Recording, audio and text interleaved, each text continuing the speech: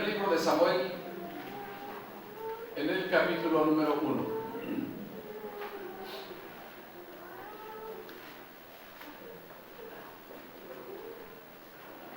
Lo que nosotros conocemos, hermanos, en la Biblia, o la adaptación tan atinada que le damos a esta pequeña porción de la palabra, es como Ana estaba ofreciendo a Dios. Es verdad que Ana estaba ofreciendo a Dios algo que no tenía, pero que también es verdad que Ana sabía que lo tendría y que pasó por una serie de situaciones, como el caso de ¿cómo se llama?, que la contrincante la irritaba, como el tiempo en el cual ella pasó un largo tiempo orando delante de Dios, inclusive hasta siendo mal entendida por el propio sacerdote, que le llegó a decir, ¿cómo? ¿Que estaba? Ebria, o el término más duro, estás borrachita. Y sabemos la conversación entre Ana y el sacerdote, pero encontramos, hermanos, la gran vehemencia y la gran entrega de esta mujer al hacer su petición delante de Dios por no tener familia. Y el Cana le llegó a decir, ¿acaso yo no te soy mejor que tantos hijos? ¿Y qué le dijo Ana? Yo quiero un hijo. En primer lugar, hermano, de hecho vamos a ver esta promesa que hace Ana al Señor, a Dios mismo. Pero quiero que primeramente veamos el trasfondo, o bajo qué circunstancias, hermanos, Ana hizo esta oración o hizo esta petición delante de su Dios. En primer lugar, hermanos, la promesa de fe de Ana es hecha en medio de una grande necesidad espiritual y social en el pueblo de Israel. Algunos comentaristas dicen que el primer libro, el libro de Jueces, el primer libro y el segundo libro de Samuel, prácticamente es una compilación de un solo libro. Inclusive hasta incluyen el primer libro de Reyes y el segundo libro de los Reyes. Es decir, que todo es un solo tema, es un compendio, porque son cosas contemporáneas. Así que si usted ha leído, ¿cuántos de ustedes, hermanos, han leído el libro de los Jueces? ¿Ya leyeron el libro de los Jueces? ¿Por qué digo esto, hermanos? Porque para poder entender lo que quiero compartirles, tenemos que irnos también, hermanos, al fondo histórico, y que de alguna manera, hermanos, esto es contemporáneo de alguna manera. Así que la promesa de fe de Ana es hecha en medio de una grande necesidad. ¿Por qué decimos esto? Bueno, yo quiero que vaya, por favor, al libro de los Jueces, en el capítulo 21.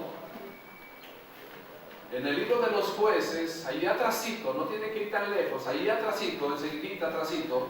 En el libro de los Jueces, en el capítulo 21 y en el versículo 25. ¿Ya lo tienen? Dice el texto, léalo conmigo. En estos días no había rey en Israel.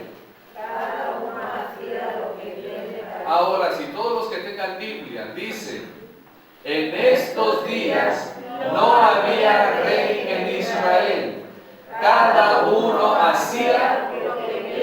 Así que, ¿cuál era el contexto social, hermanos, del pueblo de Israel en ese tiempo? Dice el texto que no había rey en Israel. Hasta el primer libro de Samuel todavía no está Saúl como primer rey sobre Israel.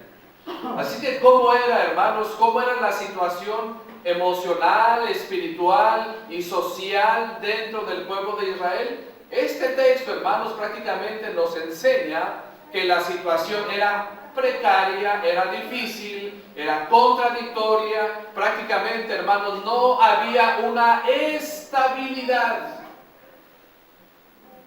No había una estabilidad.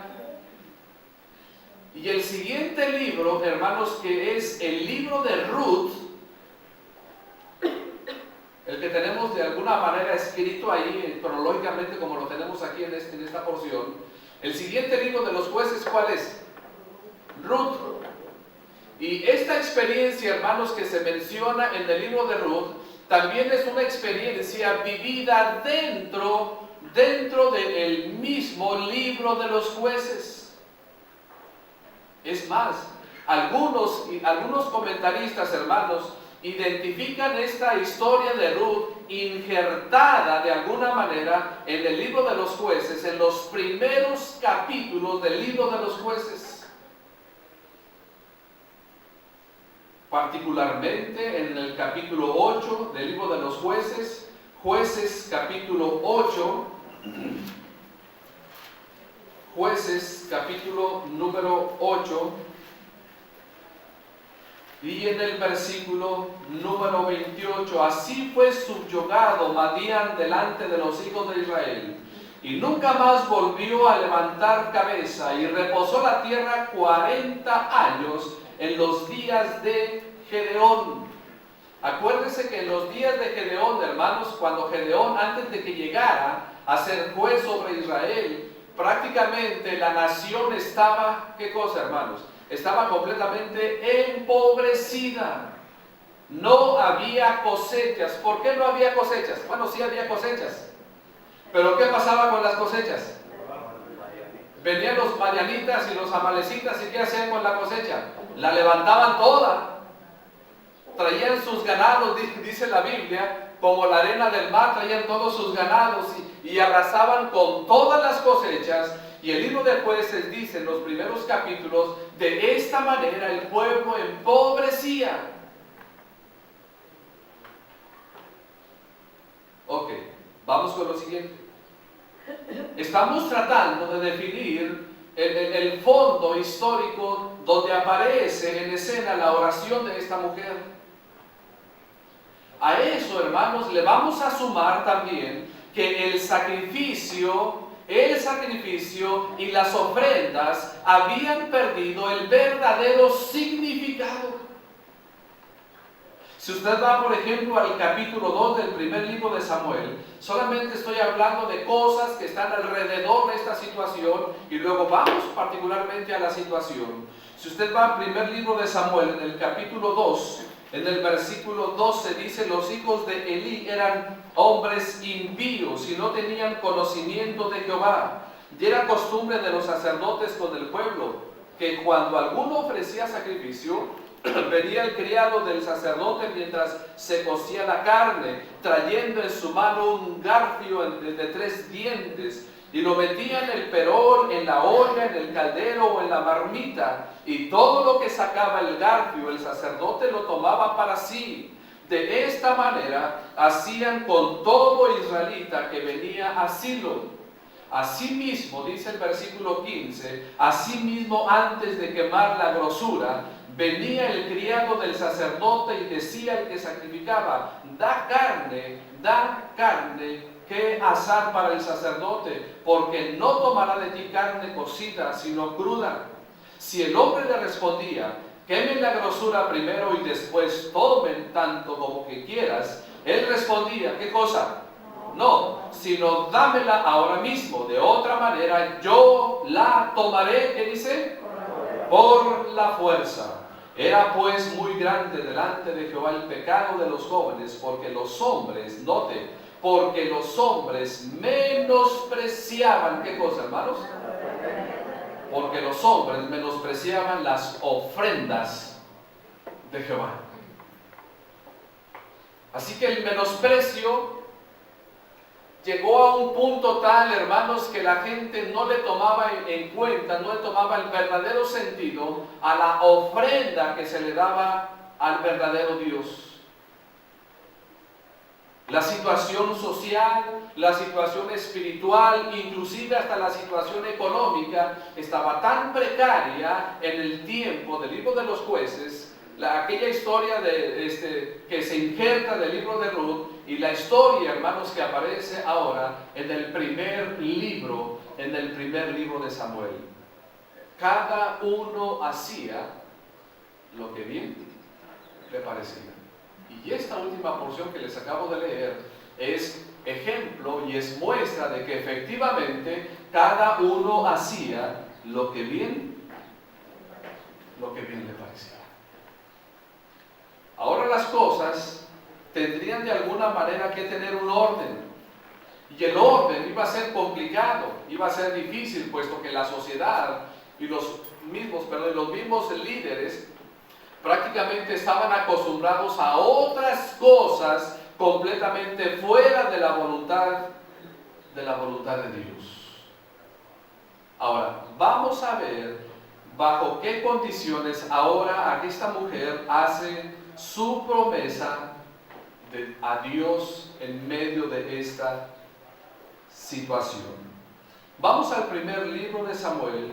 Ahora, hermanos, vamos a ubicarnos en esta porción.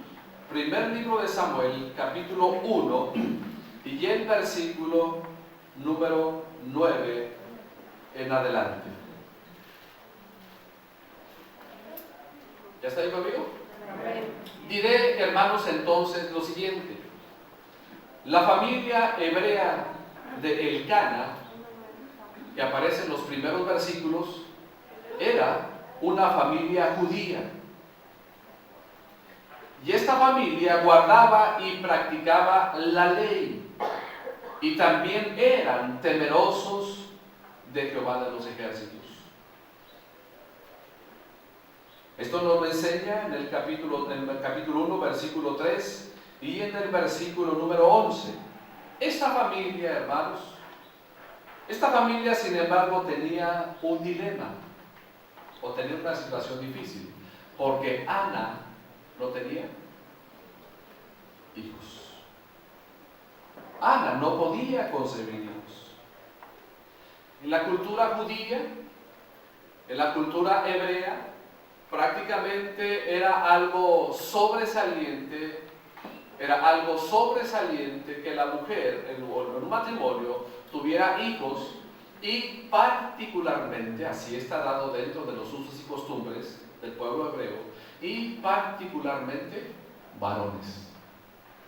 Porque los varones, hermanos, eran los que recibían las heredades, eran los que recibían las, ¿cómo se llama?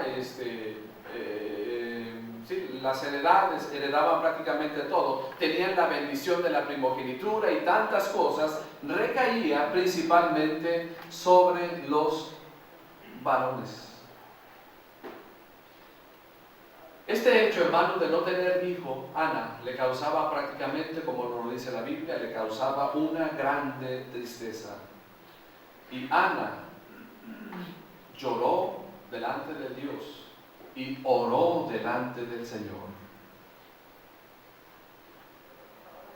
Cuando aquella mujer vino delante de Dios, recibió, hermanos, un hijo muy especial. Cuando aquella mujer recibió el hijo tan especial que ella esperaba, entonces lo que hace es devolverle a Dios lo que Dios le dio. Veamos lo que nos dice el versículo 9. En primer lugar, ¿lo tenemos? Lo leemos, dice: Y se levantó Ana después que hubo comido y bebido en Silo. Y mientras el sacerdote Elí estaba sentado en una silla junto a un pilar del templo, dice el versículo 11. Lea el versículo 11. Ella hizo voto diciendo: Jehová de los ejércitos, si te dignares mirar la aflicción de tu sierva, y te acordares de mí, y no te olvidares de tu sierva, sino que dieres a tu sierva un hijo varón, yo le dedicaré a Jehová todos los días de su vida, y no pasará navaja sobre su cabeza. No quisiera pasar por alto el versículo 10 para llegar al 11. Dice: ella con amargura de alma oró a Jehová y lloró abundantemente. Eso nos enseña, hermanos, la situación emocional en la cual estaba Ana. La situación emocional inclusive hasta nos revela, hasta cierto sentido, una situación espiritual de desesperación que había en el corazón de esta mujer. Ahora, el versículo 11, dice el versículo 11, e hizo voto diciendo. ¿Qué fue lo que hizo Ana entonces, hermanos, en ese momento? Hizo un voto. Ahora, vamos a tratar de entender el concepto. Vamos a tratar de entenderlo desde el punto de vista como se menciona particularmente en este tiempo. ¿Qué fue lo que hizo Ana, hermanos, delante de Dios? Según el texto 11, hizo voto. ¿Por qué hizo voto?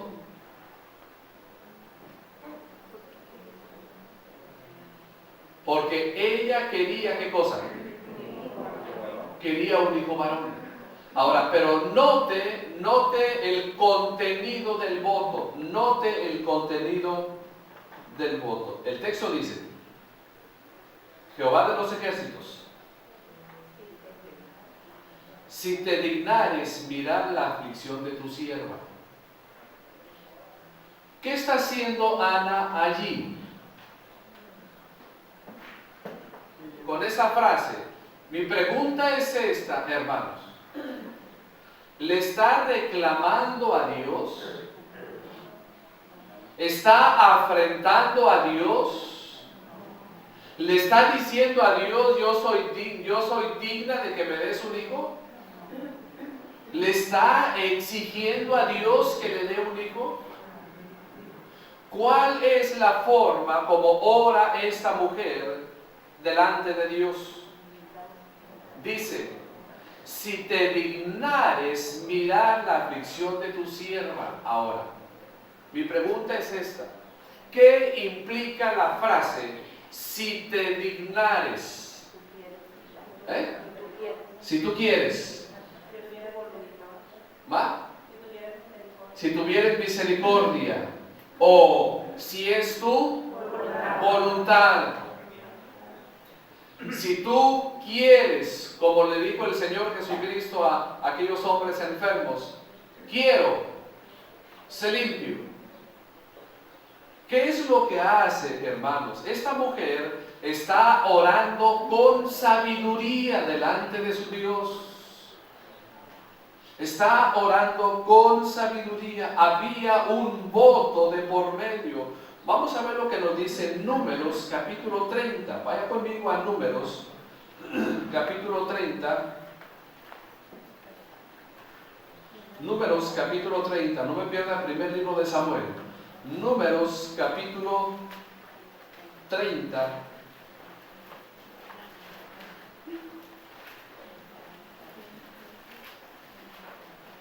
Versículos 6, 7 y 8.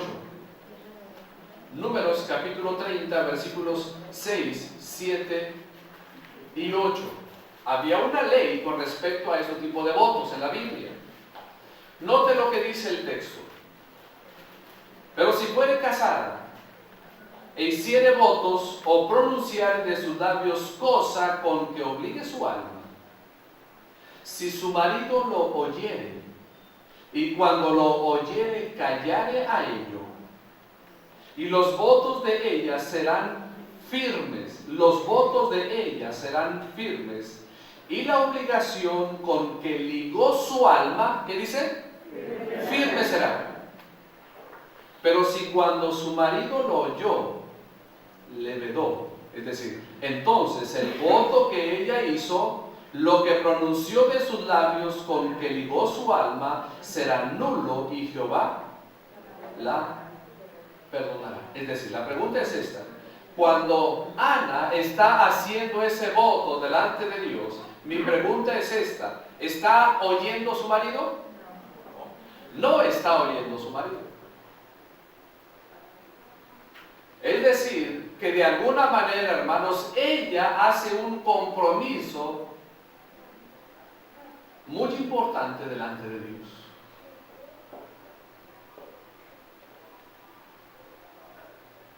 Ella, hermanos, hizo un voto o una promesa, conociendo prácticamente la ley de Deuteronomio 30, la ley de los votos. Con relación, hermanos, a una esposa haciendo votos, su esposo Elcana no anuló el voto, así que su voto era un voto firme. Inclusive cuando Ana le platica a Elcana, ¿se acuerdan? Usted ha leído esta porción. Ana le platica a Elcana: mira, yo oré así, yo lo pedí a Dios. Entonces, ¿qué dice Elcana? Está bien, hazlo, solamente que Jehová cumpla su palabra. Pero esta mujer, hermanos, viene y presenta su voto, su promesa. Su voto, hermanos, su promesa concernía prácticamente al hijo que Dios le daría y al cual ella entregaría a Dios para ser un siervo especial delante de Dios. Veamos el voto. Veamos cómo está escrito el voto. Primeramente dijimos: si te dignares mirar la aflicción de tu sierva, ¿verdad que sí? El texto continúa: y te acordares de mí, y no te olvidares de tu sierva, sino que dieres a tu sierva un hijo varón. Ahora viene el voto. ¿Cuál es ese voto que hace la mujer?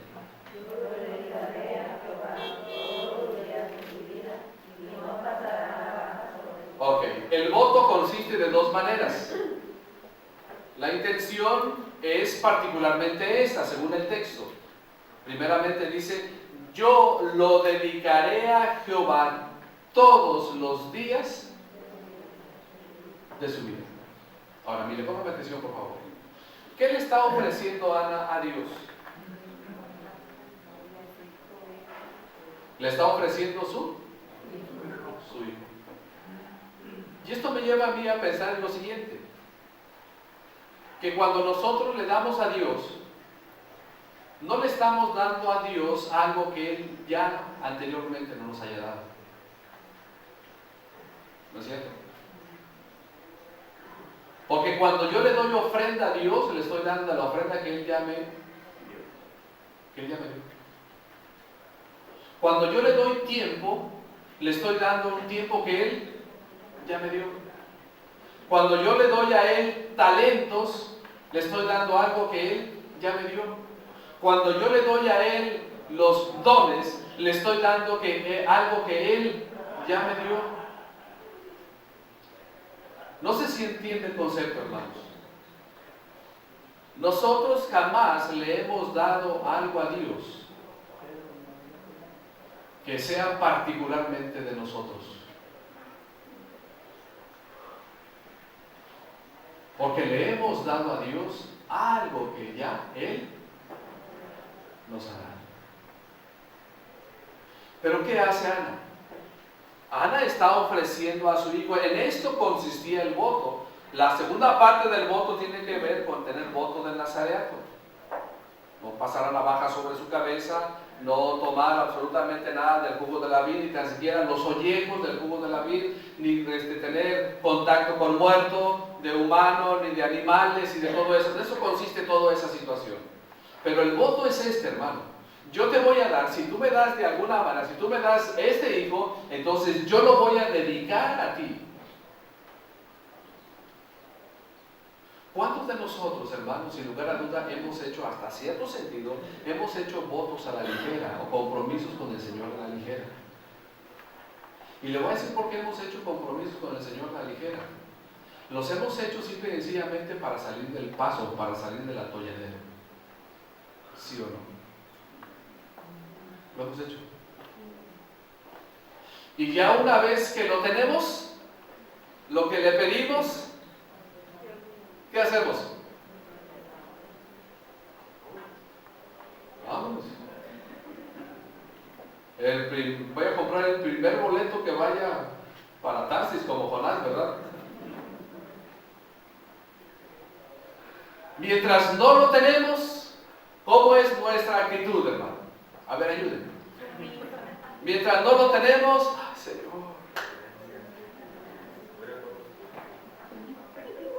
Voy a ayunar todos los días. Voy a orar todos los días. Voy a leer la Biblia. Voy a hacer esto. Y ando en esto y ando en aquello. Y voy y vengo y para acá y para allá. ¿Por qué? Porque la situación apremia. Porque la situación es complicada y yo quiero de parte de Dios eso. Cuando lo tengo, ¿qué me pasa? Como dijo alguien allá en el Ejido, nos hacemos los oxisos.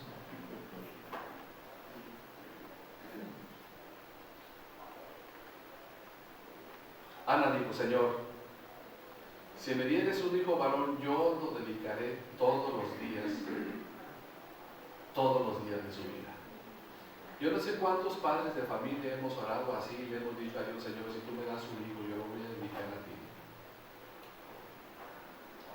Y cuando nace el niño y cuando va creciendo, jala para todos los lugares, menos para el principio de cuenta a la casa del Señor.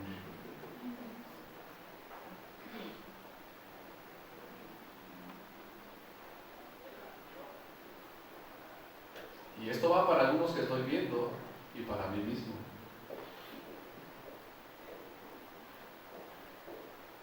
¿Sabe por qué? Porque tendemos a olvidar el compromiso que hacemos con el Señor.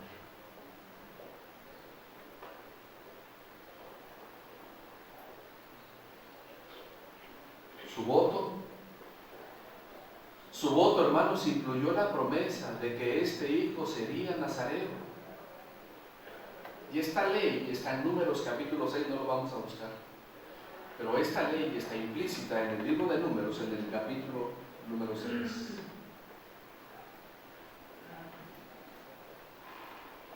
Mientras ella, versículo 12,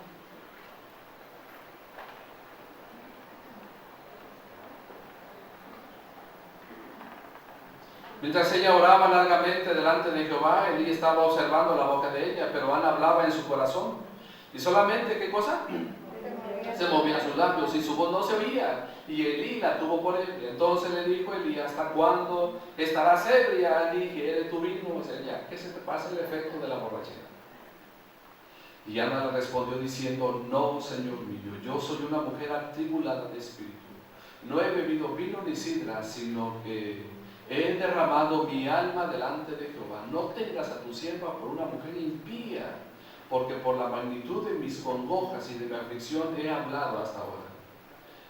Elí le respondió y dijo, ve en paz, que el Dios de Israel te otorgue la petición que le has hecho. Y ella dijo, hallé tu sierva gracia delante de tus ojos. Y se fue la mujer por su camino y comió y no estuvo más triste. Mi pregunta es esta, ¿por qué esta mujer se fue contenta? Porque ya no estuvo más triste. Sabía que Dios iba a contestar. Sabía que Dios iba a contestar. Mire, y levantándose de mañana, versículo 19 estoy ahora. Y levantándose de mañana, adoraron delante de Jehová y volvieron y fueron a su casa en Ramá. Y Elcana se llegó a Ana, su mujer, y Jehová se acordó de ella. 20. Aconteció que a cumplirse el tiempo, después de haber concebido Ana, dio a luz un hijo y le puso por nombre Samuel, diciendo, por cuanto lo pedía Jehová. Así que el nombre de Samuel significa pedido a Dios o pedido a Jehová. Versículo 21. Lea el versículo 21. ¿Cómo dice?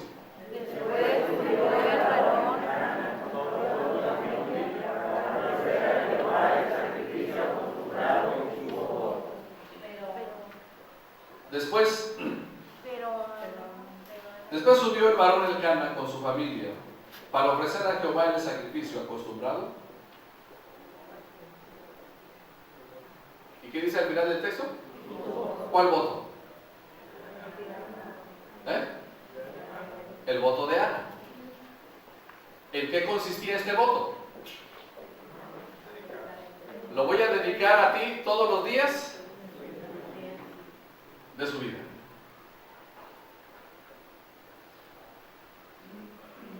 Quiero hacer una aplicación muy sencillita aquí, hermanos. Cuando nosotros prometemos algo a Dios y cuando particularmente hacemos una promesa de fe con respecto a la obra misionera, es verdad que al principio no la tenemos, pero prometemos. Y muchos de nosotros empezamos muy bien el año ofrendando para misiones, pero muchos de nosotros nos quedamos ¿en dónde? Es más, algunos ni siquiera llegamos a la mitad. ¿Hasta dónde llegamos? Muchos de nosotros, hermanos, somos, en cuanto a nuestra promesa de fe, somos como cuando alguien se sube al autobús y nada más sentándose en el autobús empieza a roncar, se empieza a dormir. Empezamos muy ganosos la promesa de fe, pero apenas vamos avanzando 1 kilómetro y cuando vamos avanzando 1 kilómetro, ¿qué pasa? Nos quedamos dormidos espiritualmente y anunciando y que tenemos necesidad de eso y de lo otro, las misiones, y que vamos a mandar a tal misionero y que vamos a hacer para acá y para allá. ¿Y muchos? ¿Cómo estamos? Dormidos. Inclusive algunos hasta se dan cuenta después. ¿A poco? Sí.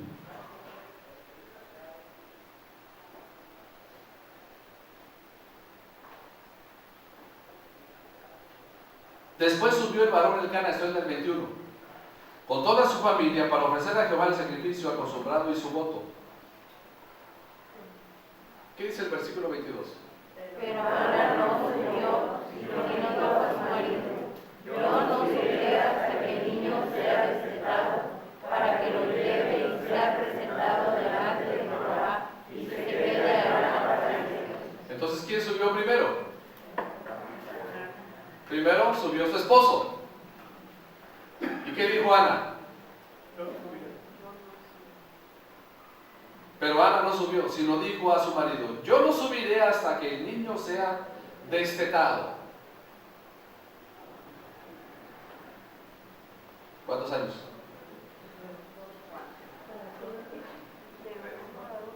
¿Cuántos años? ¿A cuántos años se desteta un niño? ¿Usted hasta cuándo destetó su niño? Es otra cosa, ¿verdad? Una cosa es lo ideal y otra cosa es la realidad. Hay mamás que destetan a sus niños, inclusive hasta... A los 50. Y hay mamás que todavía no destetan a sus niños todavía. Pobrecito mi niño, pobrecito. Y el niño de 50 años que dice, sí, pobrecito de mí.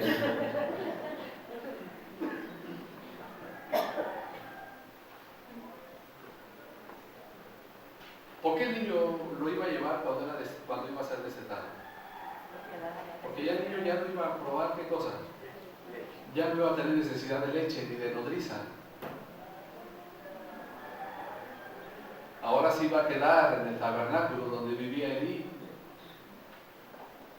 Y se imaginan, Elí ya era un hombre grande, hasta cierto sentido ya era un poco ciego, era un poco torpe en cuanto a sus movimientos, porque no estaba como yo, estaba más gordito todavía.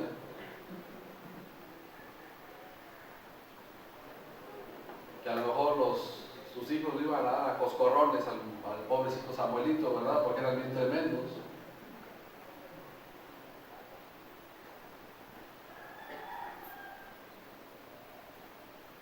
Yo lo subiré hasta que el niño sea destetado, para que lo lleve y sea presentado delante de Jehová y se quede allá para siempre. ¿Qué hacemos nosotros aquí en el templo? Los presentamos, ¿cierto? ¿Pero qué nos falta?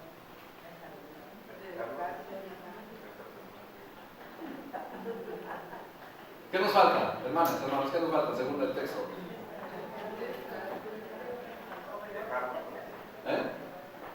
Lo dedicamos, ¿verdad? Lo presentamos, lo dedicamos. ¿Pero qué falta? Dejarlos. No, yo no quiero que me lo dejen.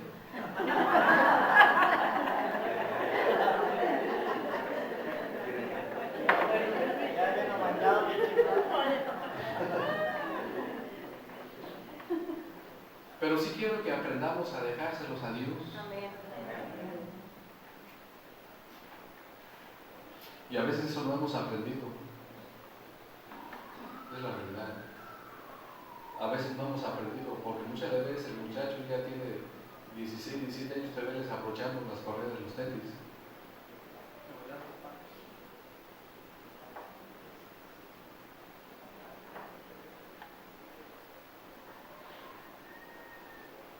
Así yo no quiero que me lo deje. Y ando batallando con los míos.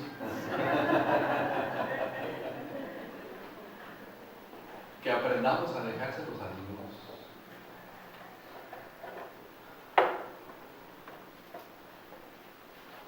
Y se quede, dijo Ana. Entonces mi pregunta es esta: ¿estaba Ana dispuesta a cumplir con su voto?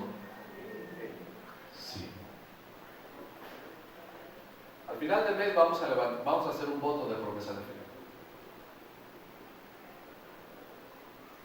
Y vamos a ofrecerle a Dios algo que no tenemos, pero que creemos que por fe lo tendremos.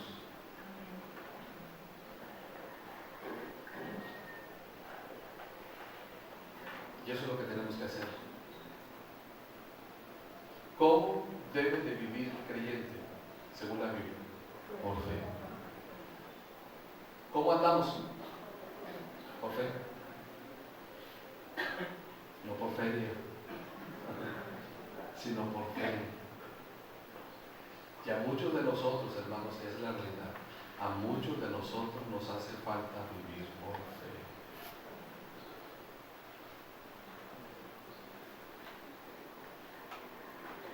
Quiero repetir la frase que normalmente repito cuando hablamos sobre este tema. Si no traigo ningún 5 en la bolsa, ¿cómo me siento? Me siento desamparado. Me siento completamente desamparado. Me siento como en el desierto, completamente desamparado. Pero si por lo menos traigo 10 pesos en la bolsa, como que basamos nuestra confianza más en los 10 pesos que en la dependencia de Dios. ¿Verdad que sí? Confiamos más en esto. Tenemos más fe en esto.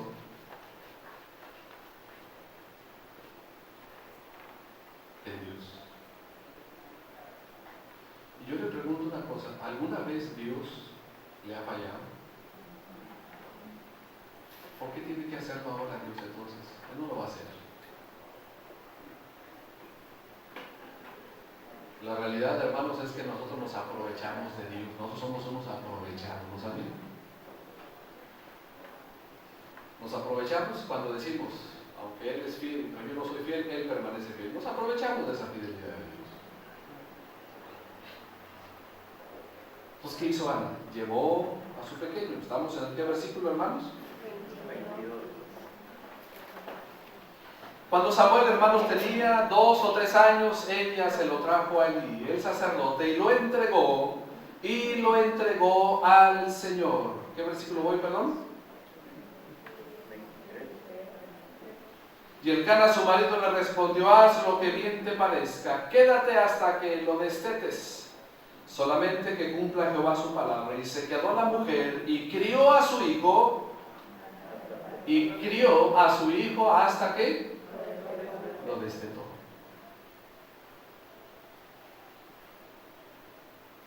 ¿Qué piensa usted que le dijo Ana a su hijo durante 2 o 3 años mientras lo tuvo? Criar nada más significa que lo alimentó, que lo amamantó, que le dio comida. ¿Usted piensa que los niños de 2 años y 3 años no entienden? Una cosa es el discernimiento del bien y del mal y otra cosa es el entendimiento. Pero los niños de 2 y 3 años entienden perfectamente. Ellos muchas de las veces, hermanos, se convierten en los tiranos.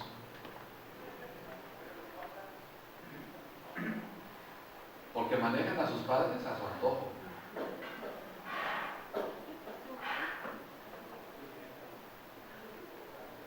Creo que el asunto de criar aquí no tiene que ver solamente con dar comida, sino que con tal vez en el sentido de que Ana tal vez practicaba con su niñito de 2 o 3 años: mira, te vas a ir y te vas a quedar, como dijera un hermano, lo terapeó.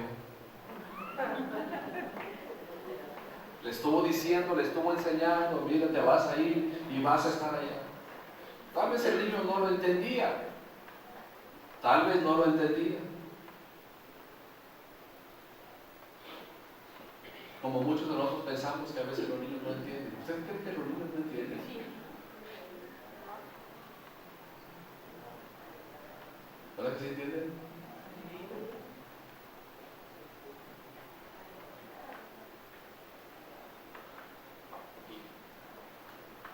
Versículo 24. Después que lo hubo destetado, lo llevó consigo.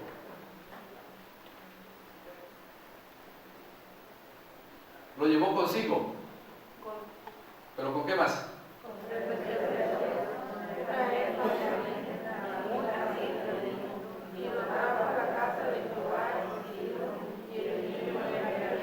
¿Por qué lo llevó con toda esta provisión?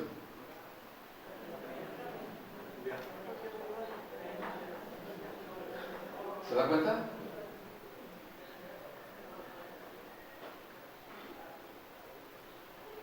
¿Lo llevó con qué? 3 becerros. ¿Qué más? Bueno, esa es una medida, una efa de harina. ¿Qué más? ¿Y qué hizo con ellos?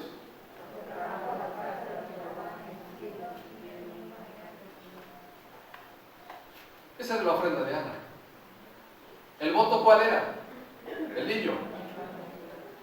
Pero el voto iba junto con una ofrenda para Dios.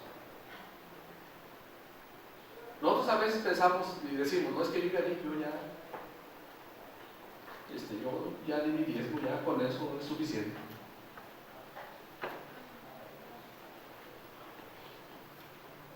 Yo ya limpio, ya. Hay que le hagan como pueden, hay que se hagan garras, hay que se hagan trizas. A ver, la mujer cumplió el voto, pero no solamente cumplió el voto, sino que llevó ofrenda.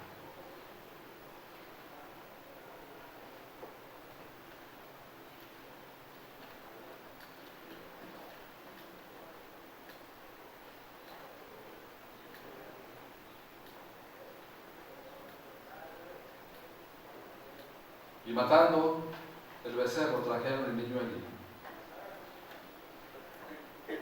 Y ella dijo: oh Jehová, oh Señor mío, vive tu alma, Señor mío, yo soy aquella mujer que estuvo aquí junto a ti orando a Jehová.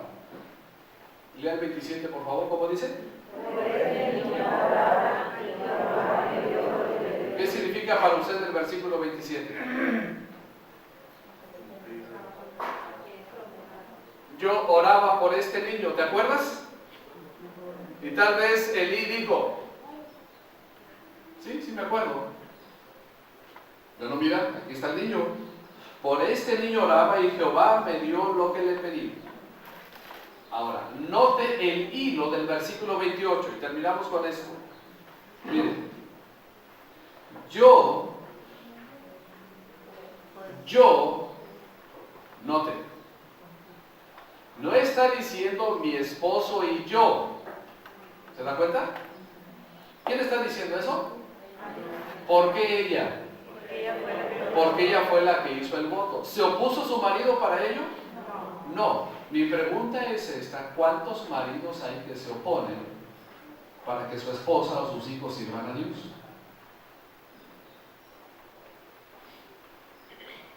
No vinieron hoy, ¿verdad?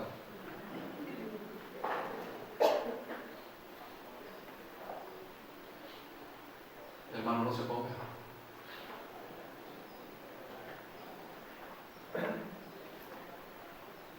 Porque déjeme decir una cosa. Después le van a dar.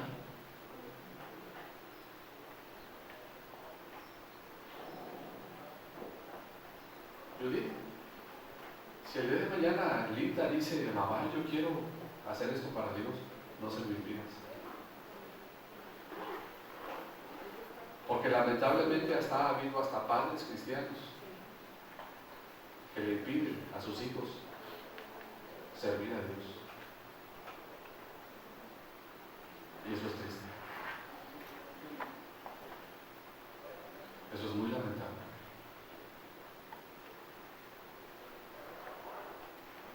Como también es lamentable que la esposa impida a su esposo servir a Dios en lo poco que pueda hacer. Como también es lamentable que el esposo impida a la esposa en el servicio que pueda hacer a Dios. No debemos de ser pies de tropiezo.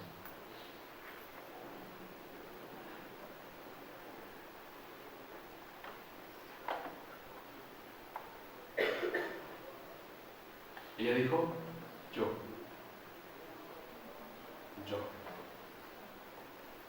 yo, pues, lo dedico también a Jehová todos los días que viva. Note cómo termina este texto tan interesante. Será de Jehová. ¿Y cómo termina el texto? Ella estaba adorando a su Dios como viniendo a cumplir su promesa delante de Dios. Cuando un creyente le cumple a Dios lo que promete, está adorando a Dios.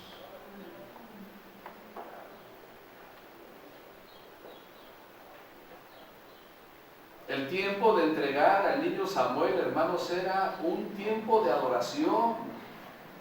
Cuando nosotros damos, nosotros estamos adorando. Ana, dije que iba a terminar. ¿Alguien se acuerda que dije que iba a terminar? ¿No? Qué bueno que no se acuerda. Ana, hermanos, Ana fue grandemente recompensada por su promesa de fe a Dios. ¿Sabía? Todo creyente que cumple con su promesa a Dios es bendecido. Amén.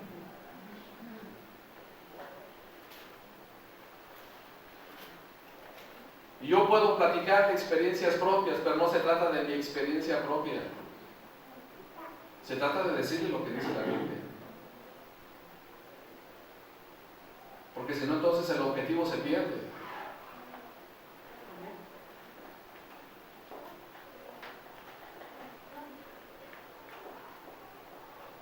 Veamos en qué fue recompensada esta mujer. ¿Qué dice el versículo 20? Ya pasamos por ahí. Pero el capítulo 1, versículo 20 dice: aconteció que al cumplirse el tiempo, después de haber concebido, Ana dio a luz un hijo y le puso por nombre Samuel. ¿Cuál fue la primera recompensa, hermanos?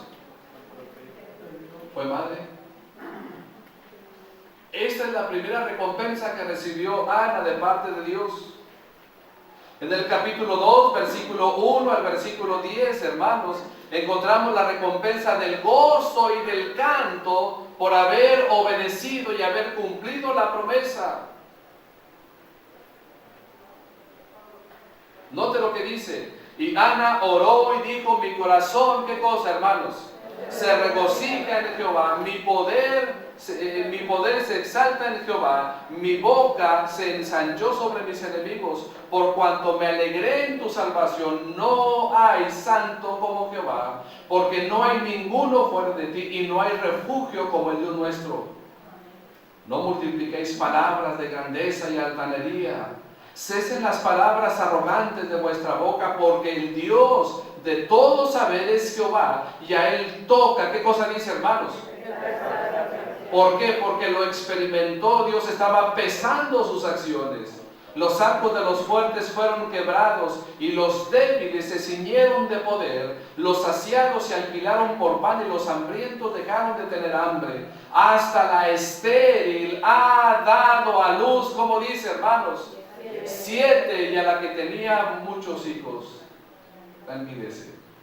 Esto nos dice que Dios le dio más hijos a Ana.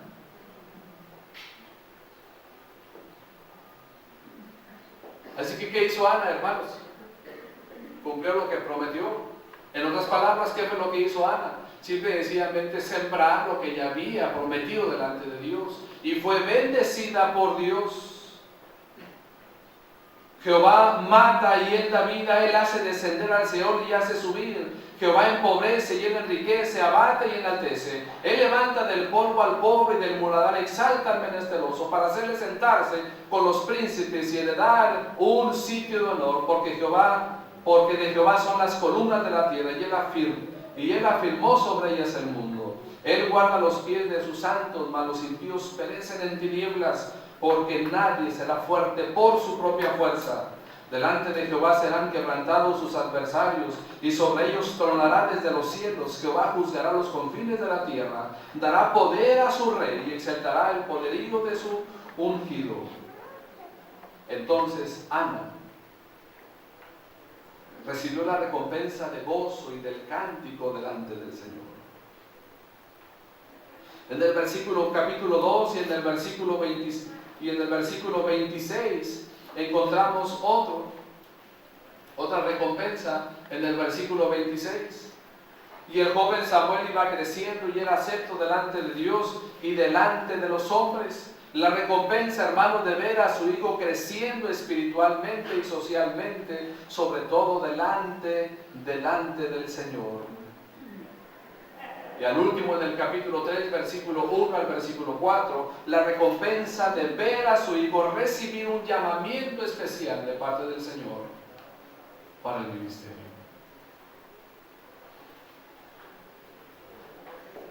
Y quiero terminar ahora con esto. Miren, hermanos, con el paso del tiempo hemos aprendido que Dios no es deudor de nadie. Con el paso del tiempo hemos aprendido que Dios a mí no me ha quedado a deber absolutamente nada.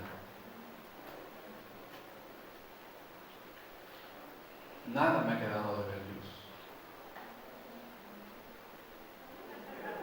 Como dijera en mi rancho, antes al contrario. Estoy muy endeudado con Dios. Mi pregunta es esta. También usted está endeudado con Dios, ¿verdad? ¿Sí o no? También estamos endeudados con Dios. No nos bastaría ni esta vida, ni la vida por venir nos bastaría para pagar a un Dios que nos ha dado todo.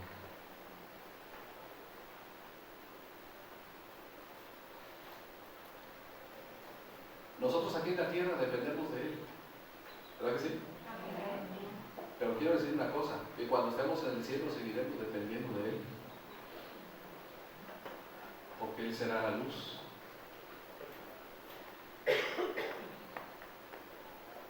Y para Él es todo. Así que Ana prometió algo que no tenía, ¿sí? Pero cuando lo tuvo, ¿qué hizo? Cumplió su promesa. Porque nosotros prometemos prometemos a Dios, hermanos, muchas de las veces lo prometemos por fe.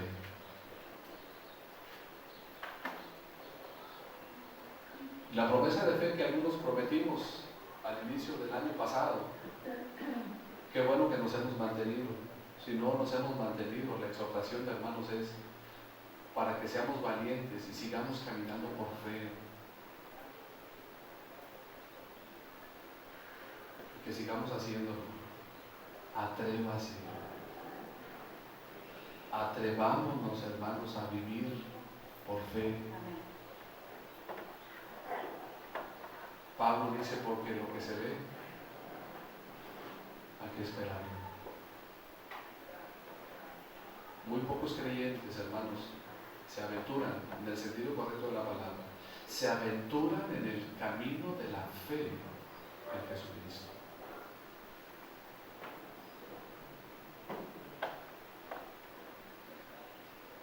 Padre, oramos en el nombre de Jesús para bendecir tu nombre y darte gracias por este gran ejemplo de voto, de promesa, pero también, Señor, por este gran ejemplo de cumplir el voto y la promesa. Quienes hemos leído tu palabra, Señor, nos hemos dado cuenta que este hombre fue grande entre los grandes, pero que fue prometido desde antes de que naciera. Y fue grande entre los grandes, pero su grandeza sirvió para exaltar tu grandeza sobre mí. Señor, que nuestra fe engrandezca tu nombre, que nuestra promesa de fe, particularmente en cuanto a la obra misionera, Señor, nos lleve por caminos nuevos, tal vez desconocidos para nosotros, pero que tú, Señor, nos des de tu gracia y nos ayudes.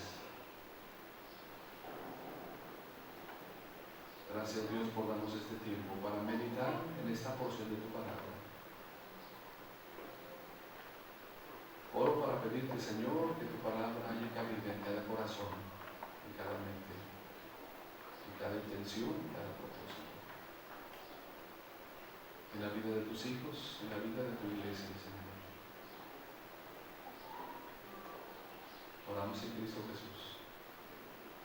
Amén.